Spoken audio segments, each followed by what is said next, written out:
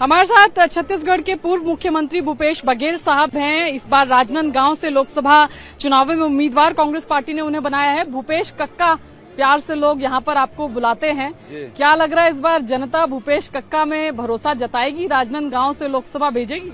जबरदस्त उत्साह है पूरे लोकसभा क्षेत्र में। मैं सभी जगह, अधिकांश जगहों में जा चुका हूँ, सभी ब्लॉकों में और नगर पंचायत, नगर पालिकाओं में सब जगह गया हूँ।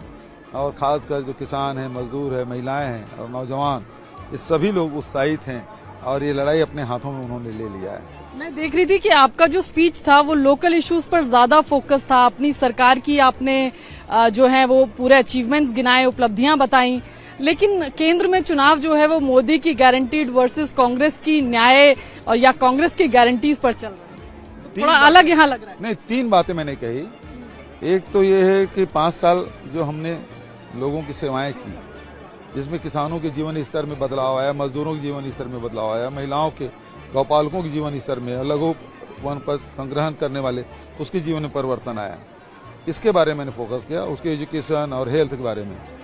दूसरी बात जो है, अभी जो 4 महीने की सरकार है, वो सारे हमारे स्कीम जो थे वो सबको बंद कर दिया, जिसका नुकसान हो रहा है। तीसरी बात यह है कि जो न्याय हमारी योजना है केंद्र की, कांग्रेस की, उस सबको मैंने बताया कि किस प्रकार से गृह लक्ष्मी योजना है और मनरेगा मजदूरों के रोजी में वृद्धि है, किसानों के लिए, नौजवानों के लिए, ये सारी योजनाओं के बारे में जानकारी दी। तो ये 3-4 इशू पे ही फोकस रहता है। और संविधान, आज लोग भाजपा वाले कहते संविधान बदलेंगे, तो आखिर संविधान है, हम सबको सुरक्षा देती है, हम सबको अधिकार प्रदान करती है, उसको बदलने की बात हो रही है। लेकिन दुर्ग से, क्योंकि आपका जो गृह जिला है वो दुर्ग है, आप राजनांदगांव क्यों चुना? भूपेश बघेल ने चुनाव।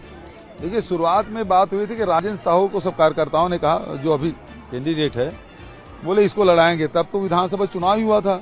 एक माहौल राजेंद्र साहू जी के लिए हमारी क्षेत्र, पाटन क्षेत्र से भी शुरुआत हुई और वहां से बात आगे बढ़ी, फिर भिलाई वगैरह, तो सबका मानसिकता हो गया था कि राजेंद्र को लड़ाना है। लेकिन बाद में ये हुआ कि मुझे भी चुनाव लड़ना है, तो नांदगांव के साथियों ने प्रस्ताव कर दिया कि यहाँ लड़ाएं तो भूपेश बघेल को ही कैंडिडेट बनाया जाए। सभी हमारे ब्लॉक कांग्रेस कमेटी, जिला कांग्रेस कमेटी और सब लोगों ने, विधायकों ने ये प्रस्ताव किया कि भूपेश बघेल को यहाँ कैंडिडेट बनाया जाए, तो फिर मैं यहाँ से लड़ रहा हूँ। मैं ये सवाल इसलिए भी पूछ रही हूँ क्योंकि कांग्रेस पार्टी जिसकी जितनी हिस्सेदारी, उसकी उतनी भागीदारी की बात कर रही है, यानी पिछड़ा वर्ग को साधने की कोशिश कर रही है। और इस कॉन्स्टिट्यूंसी पे पिछड़े वर्ग की जो तादाद है वो बहुत ज्यादा है।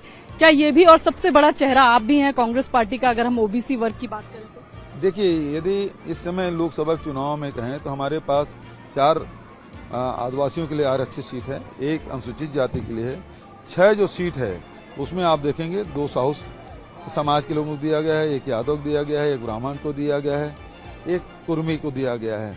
तो इस प्रकार से सभी वर्ग के लोगों को, 1 मानिकपुरी, ज्योत्सना महंत जो मानिकपुरी, वो भी पिछड़े वर्ग से आते हैं, तो सभी वर्ग के लोगों को टिकट दिया गया है। तो इसमें स्वाभाविक रूप से पिछड़े लोगों को ज्यादा टिकट दी गई है, भाजपा की अपेक्षा कांग्रेस में ज्यादा है। लेकिन एक बाहरी होने का आपको लगता है वो एक चैलेंजिंग फैक्टर होगा आपको? जहाँ तक कि जब मुख्यमंत्री कोई व्यक्ति 5 साल रह जाए तो वो किसी क्षेत्र के लिए बाहरी नहीं होता, पहली बात। दूसरी बात, यहाँ पूरे प्रदेश में आप देखेंगे योगी जी रहे मारवाही के, लड़े महासमुंद से, और मोतीलाल वोरा दुर्ग से विधायक रहे, मुख्यमंत्री रहे, वो नांदगांव आए थे। धर्मपाल गुप्ता जो जनता पार्टी में यहाँ से चुनाव लड़े, सांसद बने।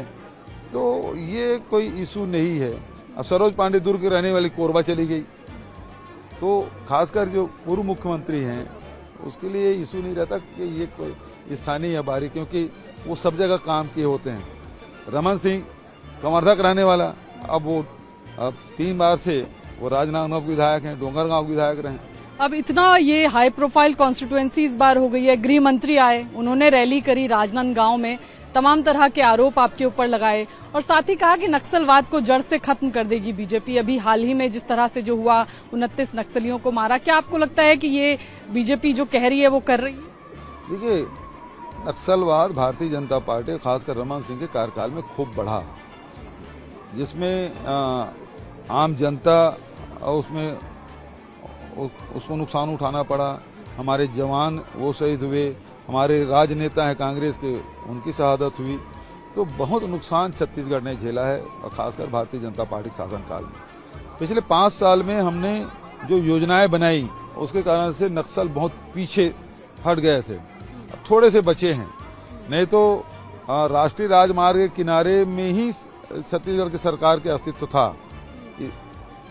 राष्ट्रीय राजमार्ग के 5 किलोमीटर इधर और 5 किलोमीटर उधर, बचत सब नक्सलियों के कब्जे में था। हमारी सरकार बनी तो 600 गांव को नक्सली मुक्त हमने कराया और नक्सलियों के पीछे धकेला। अब ये निश्चित रूप से परसों जो घटना घटी है, जिसमें 29 नक्सली मारे गए हैं, ये जवानों की बहादुरी है और उसको मैं बधाई देता हूँ, शुभकामनाएं देता हूँ। मैं समझता हूँ कि अभी तक ये सबसे बड़ी घटना है। लेकिन इसके पहले भी 17-18 नक्सलियों को हमारे जवानों ने मारा है, और कितने बड़े बड़े जो उनके कमांडर थे, बड़े रैंक के पदाधिकारी थे, उनको हमारे शासनकाल में न केवल गिरफ्तारी हुई बल्कि उनको मारा भी। अमित शाह जब आए तो उन्होंने, आप तो अपनी सरकार की उपलब्धियां गिना रहे हैं, उन्होंने आलोचना की, कहा घोटाले हुए, महादेव तक को नहीं छोड़ा गया आपकी सरकार में, आपके ऊपर भी आरोप उन्होंने लगाए। 3-4 बातें हैं। उन्होंने कहा गोबर घोटाला। अब भारतीय जनता पार्टी के लोग बोलते हैं कहते हैं गोबर घोटाला, इस तरह से गौठान हमने बंद कर दिया। तो ये आरोप शराब में भी लगाते हैं, तो शराब को क्यों नहीं बंद किए, है ना? बचत राइस मिल में घोटाला हुआ, उसको तो बंद नहीं कर रहे हैं। केवल गौठान, जो गरीब आदमी जो 2 रुपये किलो में गोबर बेचता है, उसको भर बंद किए। उसका नुकसान गरीब लोगों को हुआ है। दूसरी बात यह है कि यदि 2-3 आरोप लगाते हैं कि शराब घोटाला हुआ, तो फैक्ट्री वाले वही हैं, होलोग्राम वाले जो सप्लायर हैं वही हैं, जो प्लेसमेंट एजेंसी वही है, दुकानें वही है। 5 महीने हो गए सरकार। यदि गड़बड़ था, ये सब बदल देना था। नकली होलोग्राम तो सप्लाई वही कर रहा है। तो आपके हाथ आरोप राजनीतिक है या फिर आप उसमें कमाई कर रहे हो, दोनों एक साथ नहीं हो सकता। दूसरी बात, आप कहते हैं महादेव सट्टा ऐप के बारे में, महादेव को भी नहीं छोड़ा। अब डबल इंजन की सरकार है। महादेव हमारे शासनकाल में तो उनके जितने भी उनके कर्मचारी जो सट्टा खिलाते थे, 450 लोगों के खिलाफ कार्रवाई हुई और करीब 70-72 FIR दर्ज हुआ। कार्रवाइयां हुई, देश में कहीं नहीं हुआ। अब मुझ पे FIR हो गया। और वो महादेव सट्टा जो है वो अभी भी चल रहा है। इस महादेव सट्टा का नाम क्या रखें? प्रधानमंत्री जी कहते हैं ये महादेव के नाम से कर रहे हैं, लेकिन महादेव सट्टा अभी भी चल रहा है। तो अब किसके नाम से रखें? विष्णु जी के नाम से रखें कि मोदी जी के नाम से रखें इस सट्टा को? क्योंकि लगातार अब चल रहा है। बंद तो नहीं हुआ ना सट्टा। यदि सट्टा बंद हुआ था तो मानते कि भैया उस समय गड़बड़ी हुई थी। अब तो धड़ल्ले चल रहा है। 28% उसमें GST ले रहे हैं निर्मला जी उससे। आप कह रहे राजनीतिक द्वेष, केवल ये है कि बदनाम करना। क्योंकि भूपेश बघेल अब भी भूतपूर्व मुख्यमंत्री होने के बाद भी यदि अमित शाह और राजनाथ सिंह के भाषण के मुख्य केंद्र में भूपेश बघेल है, तो मैं समझता हूँ मेरे लिए व्यक्तिगत उपलब्धि है। तो अभी भी मुझे चैलेंज मानते हैं। मैं अंतिम सवाल, मैं यहाँ एक नारा आपके समर्थकों से सुन रही थी, नहीं चलेगा कोई खेल, जीतेंगे भूपेश बघेल। तो ये भूपेश बघेल जीतेंगे क्यों? क्या आपको लगता है आपके 5 साल के कार्यकाल पर, या कांग्रेस पार्टी का हवा जो है आपको लग रहा है बदल गई है देश में? देखिए, मोदी की गारंटी की बात तो बीजेपी कर रही है। देखिए, एक पहली बात है, 5 साल जो सरकार रही है और जो सेवाएं हमने दी है और सरकार नहीं बनी, इसका मलाल आम जनता को है। इस कारण पूरे छत्तीसगढ़ में अच्छी सीटें कांग्रेस की आएगी। दूसरी बात यह है कि महंगाई और बेरोजगारी से आम जनता त्रस्त है।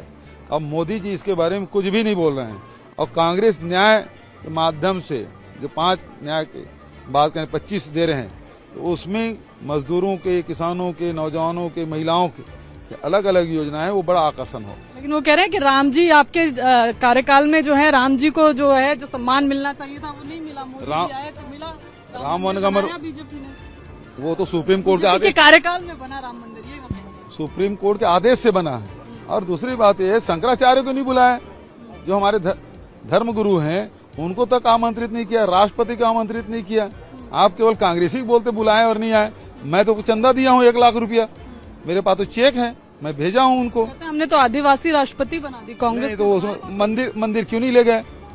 मंदिर तो ले जाना था।